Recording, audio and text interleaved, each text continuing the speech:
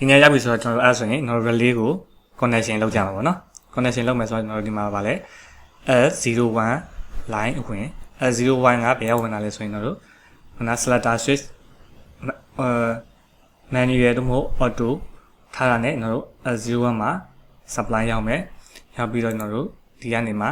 supply ဝင်လာမယ် supply ဝင်ပြီးတော့ A1 ကို line ပေးမယ်ပြီးတော့ N01 နေပြီးတော့ A2 ကို neutral ပေးမယ်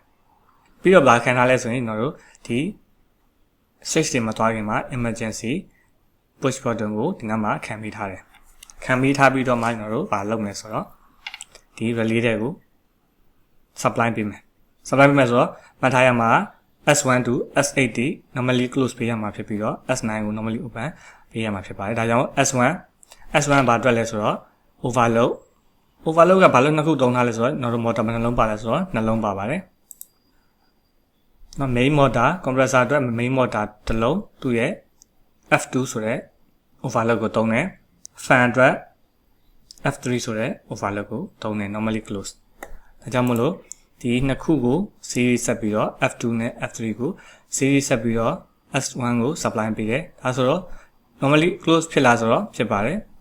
overload မဖြစ်သေးသေး၍ဒါဒီ S1C line ရောက်နေမှာဖြစ်ပါတယ်ဒါဆိုရင်ဒါ okay သွားပြီ number 2 က temperature 1 temperature 1ဒီ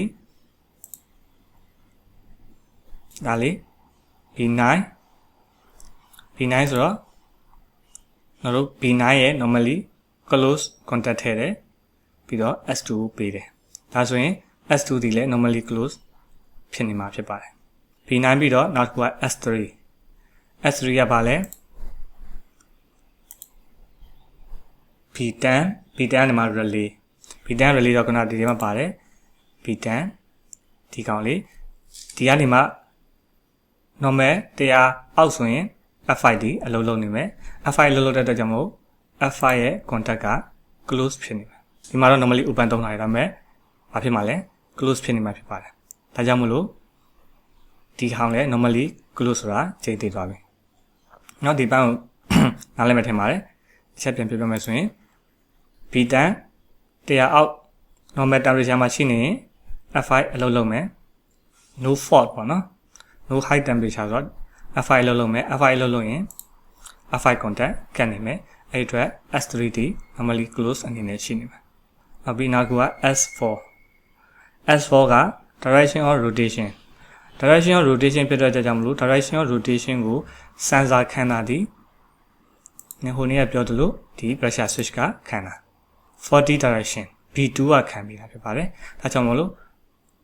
pressure switch ကို B2 pressure switch ကိုထည့်ပေးရမှာ B2 pressure switch ကဘာမှလဲဆိုတော့ဒီနောက်မှာထည့်ပေးလိုက်တယ် normal pressure မှာဆိုရင်တို့ left side မှာရှိနေမယ် left side ရှိနေတဲ့အတွက်ကြောင့်မလို့ဒီကနေဒီကိုသွားပြီးတော့ S4 ကို supply ပေးတယ်အဲ့တော့ S4 ဒီလည်း normally close ဖြစ်နေပါတယ်ဒီ K1M ကိုဘာလို့ထည့်လဲဆိုရင်တော့ K1M ဒီ main contactor ဖြစ်ပါတယ် main contactor ဆိုတော့ main contactor ဘာဖြစ်နေရမှာလဲဆိုရင် off နေရင်မလင်းဘူးပေါ့နော် main contactor off နေဥမာဒီ motor မ run ဘူးဆိုရင်လည်းကျွန်တော်တို့ S4 ကို normally close ပေးထားတယ်လို့ဖြစ်တယ်လို့ဒါလို့ motor run သွားပြီဆိုရင်ဒီ K1M ဒီ open ဖြစ်သွားလိမ့်မယ် open ဖြစ်ရင်အမှန်တကယ်ဒီဘက်ကဟာတာမထည့်ထားဘူးဆိုရင် S4 မီလင်းနေမှာဖြစ်ပါတယ် S4 မီကဒီမီလေးပေါ့နော် S4 မီလင်းနေမှာဒါပေမဲ့သူကဘာထည့်ထားပြီလဲဆိုတော့ဒီမှာ pressure switch ကိုဒီမှာခံထည့်ထားတဲ့အတွက်ကြောင့်မလို့ဒီ K1M open ဖြစ်စီဖြစ်စီ close ဖြစ်စီဖြစ်စီ S4 မီကလင်းမှာမဟုတ်ဘူးအချိန်မှလင်းမလဲဆိုရင် motor လည်း run နေတယ် motor run နေတယ်ဆိုရင်ဒီ K1M ဒီ open ဖြစ်နေတယ် motor run နေတဲ့အချိန်မှာဒီ pressure switch ဒီ high pressure ဖြစ်သွားလို့ညာဘက်ကိုဒီ 3 position ကိုကတ်သွားတယ်ဆိုရင်ဒီကောင်လဲ open ဒီကောင်လဲ open ဖြစ်သွားတဲ့အချိန်မှာ S4 မီကလင်းလာမှာဖြစ်ပါတယ် S4 မီလင်းမယ်ဒါပေမဲ့ motor ကရပ်သွားရမယ် motor ရပ်သွားတဲ့အချိန်မှာတော့ဒီကောင်ဒီပြန်ကတ်ပြီးတော့ဒီ S4 မီကပြန်ပြီးတော့ off သွားမှာဖြစ်ပါတယ်ဗောနော်ဒါဆိုရင်သူကနှစ်ခုကို parallel ခံထည့်ပေးထားပါတယ် နောက်တစ်ခု S5 S5 က wine filter ဆိုတဲ့အတွက်ကြောင့်မလို့ကျွန်တော်တို့ဗာသုံးလဲ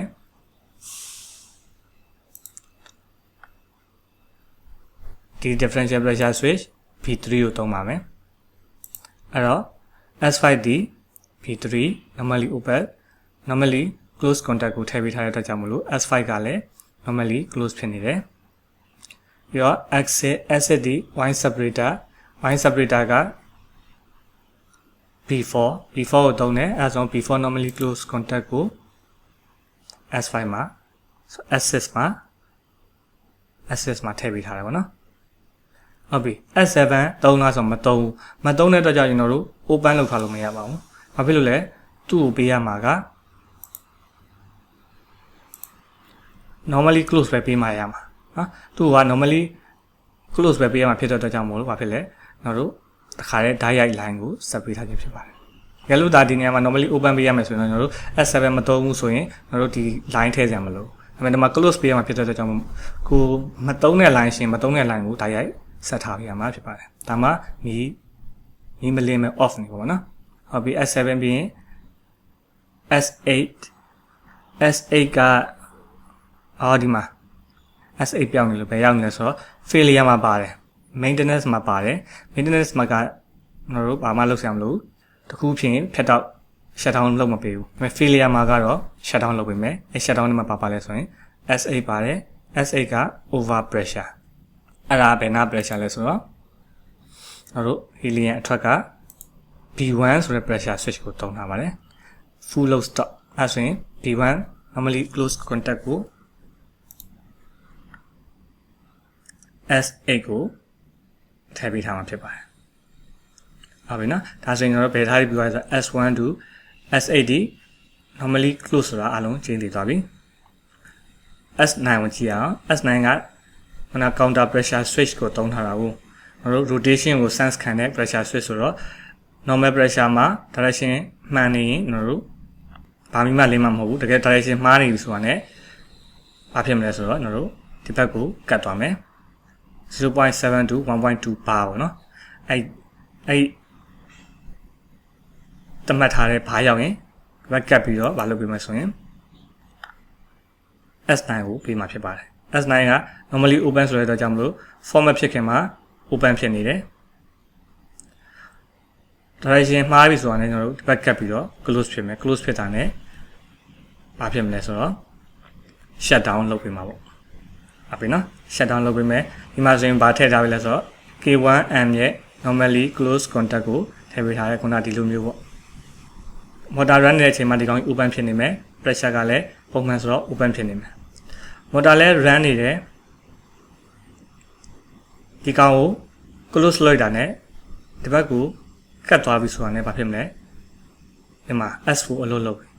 S4 အလုပ်လုပ်ပြီဆိုတာ ne ဒီကို supply မရောက်တော့နော်ဒီ supply မြောက်တော့ဖြတ်ချမယ်ဖြတ်ချပြီဆိုတာနဲ့မှကျွန်တော်တို့ဒီ K1M လဲ close ပြန်ဖြစ်သွားမယ်ဖြတ်ချပေးလိုက်မှာပေါ့နော်ဒါပေမဲ့ဒါတော့ဒီလိုသူဒီမှာ series ခံပြီးထည့်ပေးထားတယ်ဒီမှာကျတော့ parallel ခံပြီးတော့ထည့်ပေးထားတယ်ဒါဆိုရင်ကျွန်တော်တို့ simulation ကြရင်ဘယ်လိုလုပ်လဲဆိုတာကိုတစ်ချက်ကြည့်ရအောင်ပေါ့နော်အဲဆိုရင်ကျွန်တော်တို့ဒီအပိုင်းကိုနားလည်မယ်ထင်ပါတယ်ဒီ pressure switch တွေကဘာလို့ဒီလိုအပေါင်းတွေ open တွေ close တွေထည့်ရလဲဆိုရင်ကျွန်တော်တို့ဒီမှာ relay ရဲ့လိုအပ်ချက်အရာကျွန်တော်တို့ open close ထည့်ပေးခြင်းဖြစ်ပါတယ်ဟုတ်ပြီနော်ဒါဆိုရင်ကျွန်တော်တို့ဒီဘာပြီးသွားပြီလဲဆိုတော့ control ပိုင်းပြီးသွားပြီ control ပိုင်းပြီးရင်ကျွန်တော်တို့ဘယ်သွားမလဲ start data ဆိုတော့ start data ကိုဝင်မဲ့ line ဒီ L02 ဒီဒါ L01 control မှာဒီမှာ L01 ဝင်တယ်ဒီမှာဘာရှိလဲဆိုတော့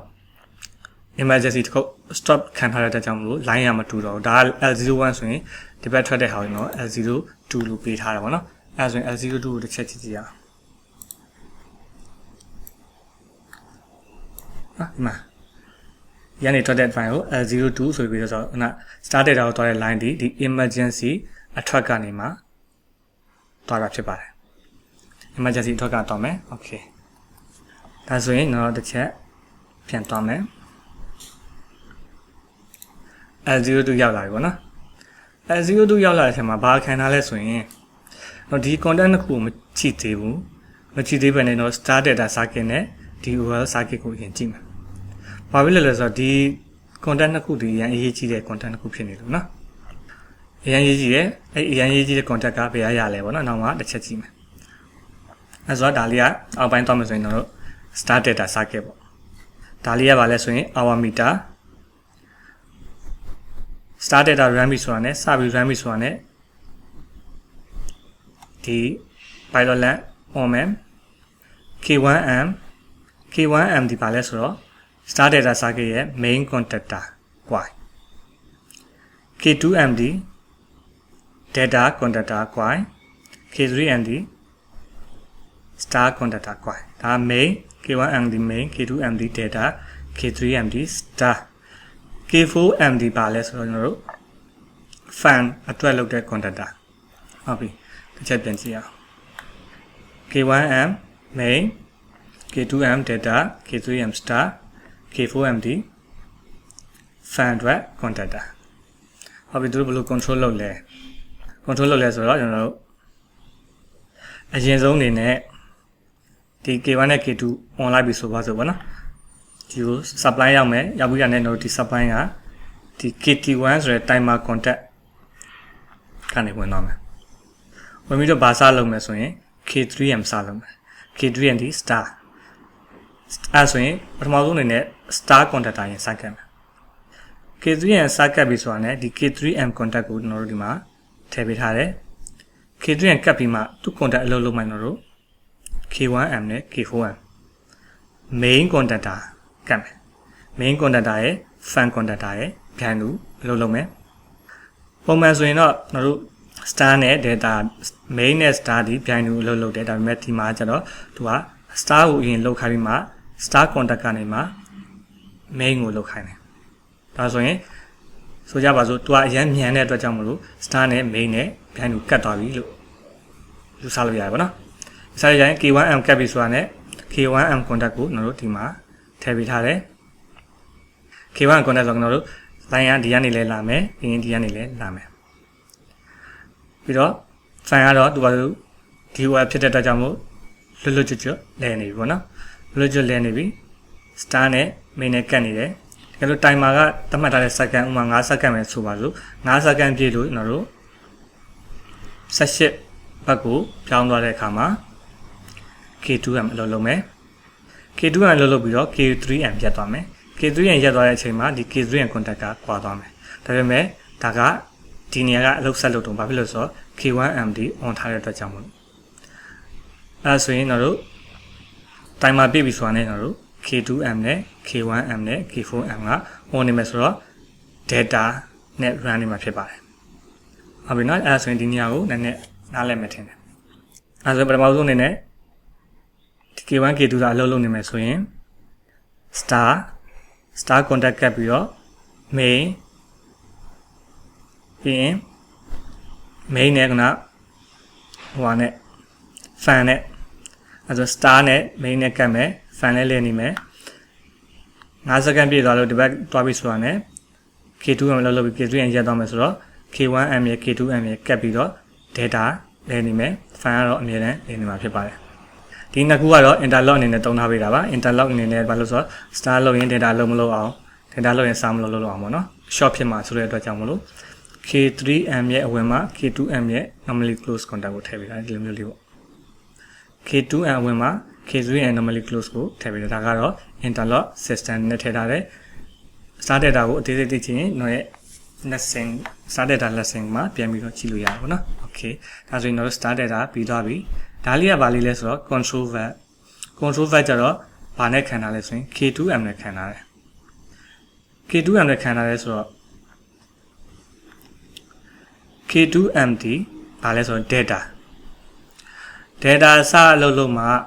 data စအလုပ်လုပ်မှာဆိုတာကျွန်တော်တို့ဘာလို့လဲဆိုတော့ full load နဲ့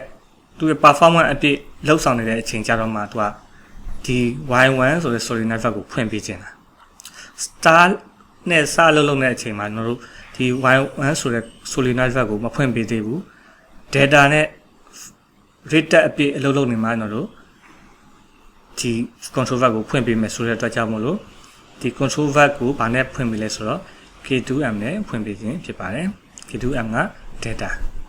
ဒါဆိုရင်ဒီ control valve ကဘာကောင်လဲဆိုတော့အနည်းပြပြသွားလို့ဒီကောင်လေးနော်ဒီကောင်လုံးလုံးမှကျွန်တော်တို့ဒီ fan valve ကပိတ်မယ်ဒီ main pneumatic valve ကဖွင့်မှာဒါကြောင့်မလို့ဒီကောင်ကအရင်အရေးကြီးတယ်ပေါ့နော်ဒီကောင်ဖွင့်ပိတ်ကဒီကောင်ကို supply ရောက်ရင် main valve ဖွင့်ပေးမယ်ပြီးရင် fan valve ကိုလည်းပိတ်ပေးမယ်ဒါကျွန်တော် fan valve ကမနည်းပြောလို့ high pressure ဖြစ်မှသူက release လုပ်ပေးမယ်ပိုင်းပေါ့နော်အဲ့ဒါဆိုတော့ဒီဟာကိုဘာကြောင့် data နဲ့ပြီးလဲဆိုတာနားလည်မှထင်တယ်သူရဲ့ data နဲ့ဟို rated run နေမှာပေါ့နော်230 sorry 4154နဲ့ motor full load ပြီး run နေမှာကျွန်တော်တို့ဒီ solenoid valve ကိုဖွင့်ပေးမှာဒါကြောင့်မလို့ဒီကောင်လေးကိုဘာနဲ့ခံထားလဲဆိုတော့ data conductor နဲ့အဖွင့်ပိတ်ခံထားခြင်းဖြစ်ပါတယ်ဒီကောင်လေးဒါဆိုရင်ဒီဘိုင်းနားလဲမယ်ဒီဘိုင်းနားလဲမယ်ဆိုတော့ဒီဘိုင်းကိုအဓိကအလုပ်လုပ်ဖို့ရတော့ဒီမှာ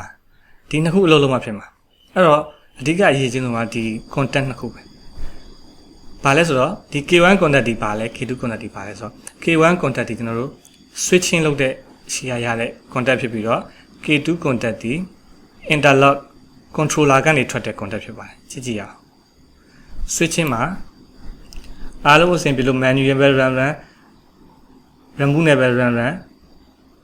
K1 contact လုပ်မယ်အဲဆိုတော့ဒီ switching က on နေမှရမယ် on နေမှကျွန်တော်တို့ K1 လုပ်မယ် K1 လုပ်တော့မှအဲ့ဒီ K1 contact ကပ်ပြီးတော့ဒီ K1 contact လေးလာကပ်မယ်နော်ဒါတစ်ပိုင်း switching နဲ့ခံထားတဲ့အပိုင်း switching မလုပ်ဘဲနဲ့ကျွန်တော်တို့ started တော့လုပ်လို့မရဘူးအဲ့တော့ switching contact ကိုဒီမှာခံထားတယ် K2 ကခုနဒီ interlock တွေအားလုံးအဆင်ပြေပြီဆိုတော့မှ14နဲ့24ကနေ power ရမယ် power ရတော့မှကျွန်တော်တို့ K2 ကိုလုပ်မယ် interlock အားလုံးအဆင်ပြေတယ် no overload no high pressure no high temperature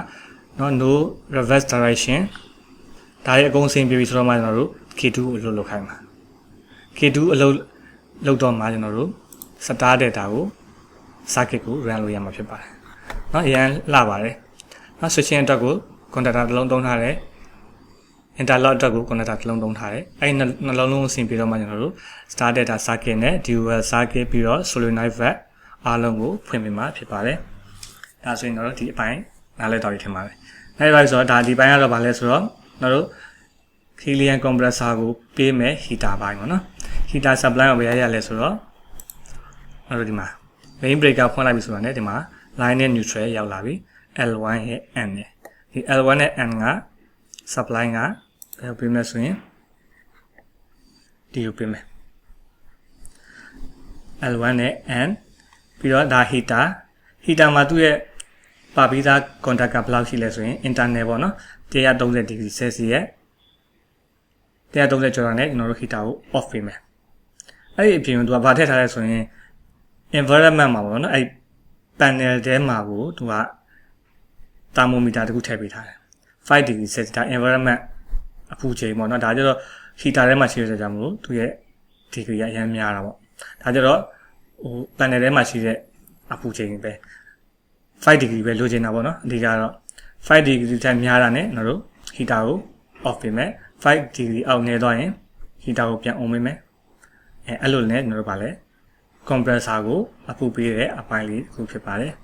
okay ဒါဆိုရင်ကျွန်တော်တို့ရဲ့ဗာလဲဆိုတော့ဒီ control circuit ပိုင်းတွေ power circuit ပိုင်းတွေရှင်းပြတာကိုနားလည်မယ်ထင်ပါတယ်ကျွန်တော်ရဲ့ lesson ကိုဒီ part 2အနေနဲ့ control circuit တွေရှင်းပြခြင်း lesson ကို power circuit control circuit တွေရှင်းပြတဲ့ lesson ကိုဒီမှာပဲရပ်လိုက်ပါမယ်နောက် part 3မှာမှကျွန်တော်ဘာလုပ်ပြမယ်ဆိုရင် simulation လုပ်ပြပေးမှာဖြစ်ပါတယ် case မှာပါတယ်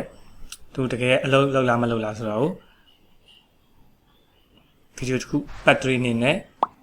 ပြန်ပြီးတော့ဗီဒီယိုတစ်ခုလုပ်ပြပေးမှာဖြစ်ပါတယ် okay ပါအဲ့ဒါဆိုရင်အားလုံးကိုကျေးဇူးတင်ပါတယ်